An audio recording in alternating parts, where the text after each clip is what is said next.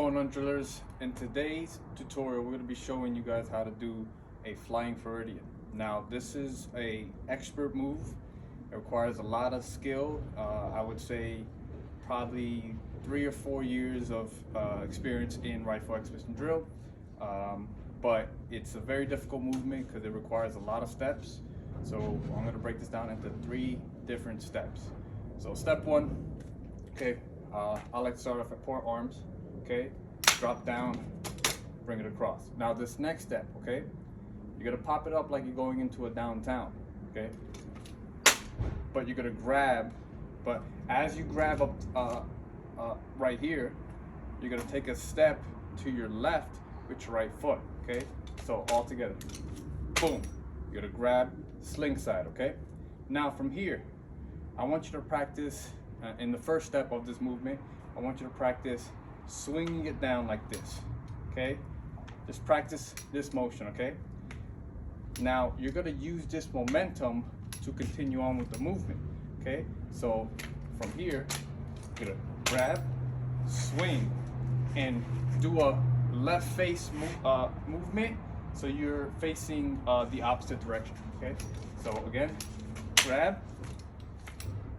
swing, and now your arm is forced to come around forward, okay? That's when using the momentum is important. So come across, swing, and then the rifle is going to be forced to swing out in front of you, okay? Now let's practice all together, okay? So first part of the port, grab, swing, and then you're gonna get ready for the actual toss of the movement, okay? So practice that first, the step, swing, in front, okay? Okay, so now that you have practiced step 1 of the flying Floridian, step 2 is gonna be where your release point's gonna be and how you're gonna be spinning around with it, okay? So once you've practiced this whole movement, you're gonna wanna let go directly up top of you, okay? Just like you would be doing a regular aerial, but you're gonna be popping it up with your right hand, okay? This is gonna require a little bit of torque and push to really get it up there and complete the spin, okay? So grab, swing, and that's all I want you to practice, okay? That first step of popping it up, okay? Because if you pop it up high enough, then you're gonna have to spin around and do a 360 spin so you can catch it in the same spot that you threw it at, okay? So all I want you to do is practice the popping up motion of the toss, okay? So we're here, come across, okay? Just the pop up motion, just so you can get comfortable and get an idea of where you want the rifle to land and how high you want the rifle to go, okay? Focus on throwing the rifle before catching the rifle, okay?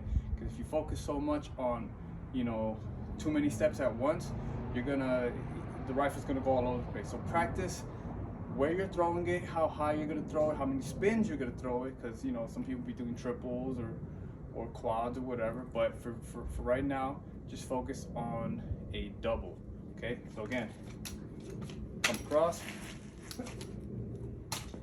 and focus on that pop-up throw, okay?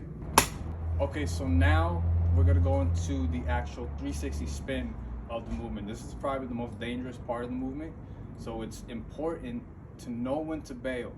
If you don't think you're gonna catch it, or you're too scared or whatnot, bail, run the opposite direction of the rifle, or if it's coming at you, push the rifle away. But just be very careful with this next movement because it does require a 360 spin. Now, there's some drillers who can perform this movement without looking at it. That's not what I want you to do today. What I want you to do is to absolutely look at the rifle the whole time as we're spinning around, so you know where it's coming at. Even me, I've been drilling for 16 years, and I still have to look at the rifle when I do this movement or any type of movement like this, because it is a dangerous movement, and I don't practice it that often. But if you're going to be practicing that often, I want you to look at it before you get anywhere near doing it blinded. Okay, so We're here, bring it across. Now, you don't necessarily have to spin around so fast in order to catch it. You can kind of do a 360 spin while you're throwing it, okay? So as you're setting up for the throw, okay, as you pop up,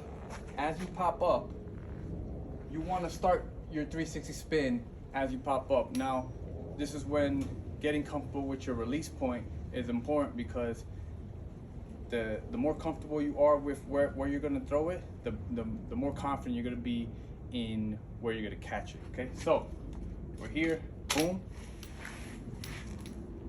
As I'm throwing it, I'm already starting my spin, but I'm still looking at the rifle the entire time, okay?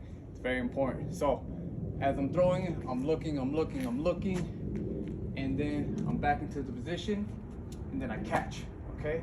Now, you can catch it any way you want to, legs spread or feet together, doesn't matter. However you want to do it for your routine, or you can flow into a different movement, what have you. So we're here. I already started my spin, okay? Now you want to have quick feet while you're doing it, okay? Maybe not as quick as I did, but you do want to perform it in you do want to have good footwork while you're doing it. So have good posture and try and be calm while you're doing it. So I'm gonna try to do it full speed. Break down. Okay, it's probably the best one in this tutorial. Okay, so it's all about staying calm. Okay, looking at the rifle the entire time, knowing your release point, and then when it's time to catch, don't panic, just bring it in and make sure you're free to control. Okay, what I will suggest is before you even attempt this with the actual rifle, do a couple dry runs just with like an air rifle. Okay, go through the motion, follow every step.